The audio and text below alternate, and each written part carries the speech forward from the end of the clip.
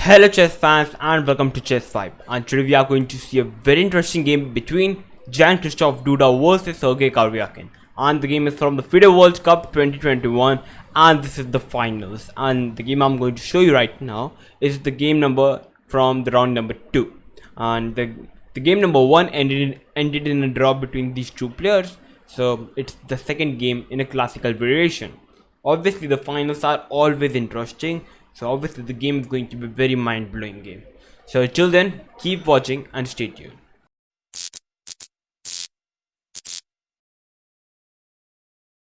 So Duda with the white pieces started with 1d4, and Sergey Karjakin with the black pieces replied with knight to f6. We have c4, e6, knight f3, d5, knight c3, and now we have the c5 variation, the Semi-Tarrasch defense. We have c into d5, we have c into d4, we have the queen into d4, so it's all basic stuff. It's all comes in the Semi-Tarrasch defense line. We have e into d5, bishop to g5, developing the piece and also pinning up the knight. So we have bishop to e7 by black, e3, castles. Now we have rook to d1 by white. So idea of playing rook d1 in this position here is white is creating more pressure on the pawn on d5 because it's an isolated pawn and it's an easy target. So after rook d1 we have knight to c6 by black, hitting the queen on d4. We have queen f4, bishop to e6, developing the piece and also giving some protection on the isolated d5 pawn. We have bishop to b5 by white, so planning to capture up the knight on c6. We have queen to b6 by black, and now we have a small tactics here. Bishop into f6, capturing up the knight, bishop into f6, and now white simply captured up the d5 pawn with the knight. We have a into d5, bishop into d5, capturing up the knight, rook into d5, capturing up the bishop, and now we have bishop into b2. So yeah, it's an equal material, but okay, white is having a slight advantage. And after bishop into b2, I want all of you guys to think a little bit and tell me what will be your next move. Yeah, it would be, I think it would be most natural move in this position. So feel free to pause the video and try to find the most natural move in this position.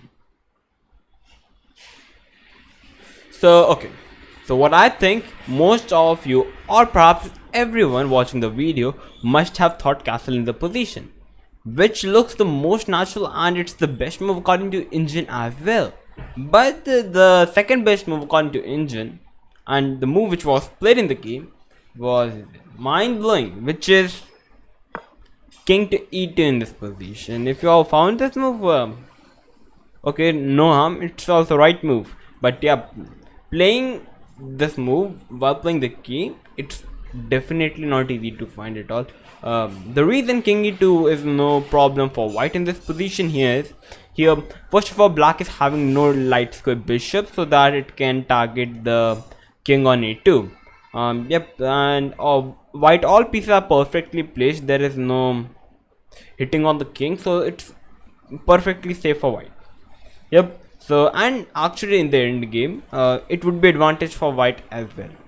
So after king e2, we have bishop to f6 by black, rook d1 by white, rook to c8 by black, and now we have bishop to c4 by white, queen to b4 by black. So yeah, black wants the queen trade, but if I was there, I would have perhaps captured the queen, but actually if we try to capture the queen, there's come knight into b4, hitting the rook on d5, as well as the pawn on a2, some pressure, although bishop is protecting the pawn, but the rook on c8 is hitting the bishop on c4.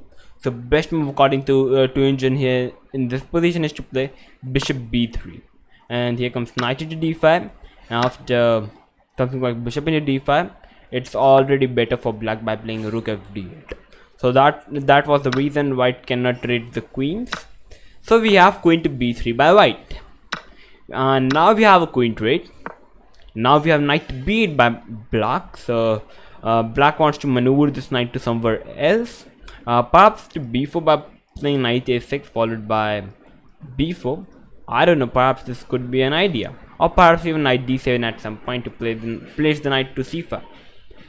So yeah, after knight b8 we have g4 by white. So yeah, white is already trying to gain more space on the king side.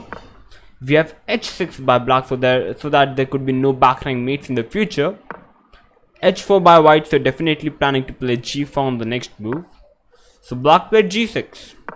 We have g5, h into g5, h into g5, and now we have bishop to e7. At the place of playing bishop e7 in this position here, a better move at the place of bishop e7 could be to play bishop to c3 in this position. We are going to see why bishop c3 was much better comparatively to bishop e7. You will eventually know that. So we have bishop e7 by black, and now we have rook to e5 by white, hitting the bishop on e7. So black played knight to c6, developing the piece, protecting the piece, and also hitting the rook on e5. And now we have rook to g7 by white, saying okay, you are try to capture my rook, I'm going to capture your knight. So in the game we have bishop to d8 by black, but if black would have tried to capture the rook on e5, then we have knight into e5, capturing of the knight. And now the bishop is also attacked on e7. So if you try to capture the pawn on g5 with the bishop, now comes a very nasty idea. Here comes knight into g6, capturing up the pawn, and now the pawn on f7 cannot capture up the knight because the pawn is pinned. And now the knight on g6 is also hitting the rook on f8. So if black tries to move the rook to by playing rook d8, now comes rook into f7, a most powerful move. And yeah, the bishop is protecting the rook, and now there could be many dangerous discoveries by removing the rook from the f7 square, and there would be a simple and powerful check, and it's already game over for black. So that was the reason black cannot capture the rook on e5. That's why we have bishop to d8 by black. So now we have rook to b5 by white, putting some pressure on the pawn on b7. And after playing rook to b5, we have knight to a5 by black. And yep, this was the blunder by Sergey Karjakin. At the place of playing knight to a5 in this position, a better reply could have been to play b6 in this position. Because yeah, after b6 it's perfectly fine. It also stops this knight d4, knight e5 ideas, because now the knight on c6 is covering both the squares. But we have knight a5, and after knight a5, we have simply bishop to d5 by white. Bishop d5 was a fine move, but the best move according to white in this position could be to capture the bishop in this position with the rook. So okay, there are two replies after capturing the bishop. You can capture the rook, or you can capture the bishop on b3 with the knight on a5. If you try to capture the rook, then I'm going to simply play rook into a5, and it's one rook against two minor pieces, and it's already winning for white. So if you don't try to capture my rook and you try to go for the bishop by capturing the bishop on b3, then I'm going to play rook into c8 check. You have to capture the rook, and now I'm going to play a into b3, capturing up the knight. And it's white is having 4 pawns and black is having 4 pawns as well, but white is just a piece plus, and it's winning position for white completely. That was the reason rook into d8 could have been the best move, but we have bishop to d5 by white, fine. So we have rook to c7 by black, and now we have bishop into f7 pawn. Small tactics here. White simply captured up the pawn, and now we have king g7. If black tried to capture the bishop on f7 with the rook, then I'm simply having rook into d8, capturing up the bishop with a check, and it's already winning. It's still winning after bishop into f7. We have king g7, and now white simply traded off the rooks.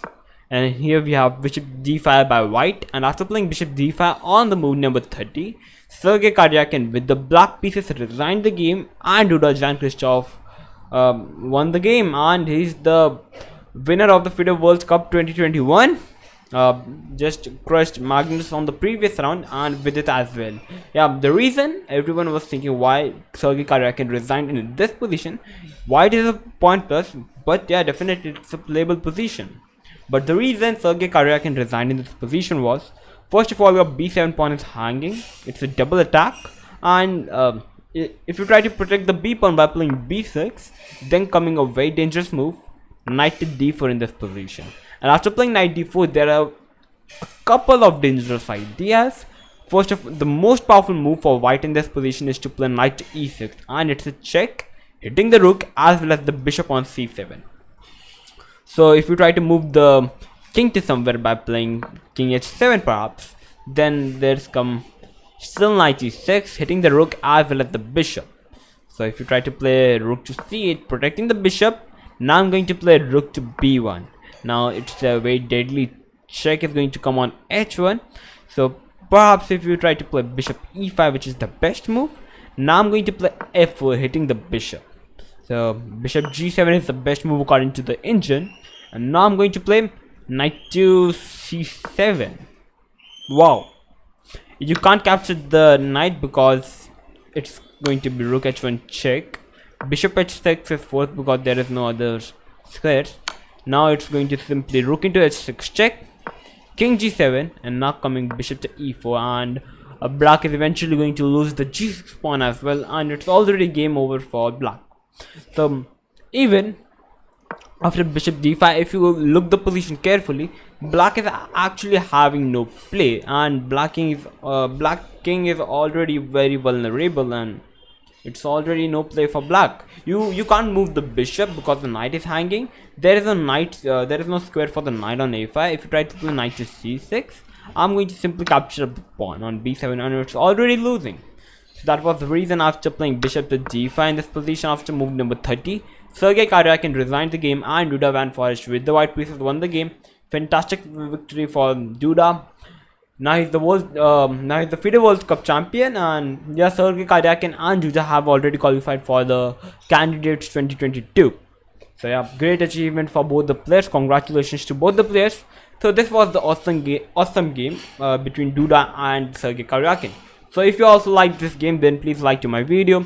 If you are new to my channel, then please subscribe to my channel. Don't forget to hit the notification bell so that you will get notified when I will be uploading the next video.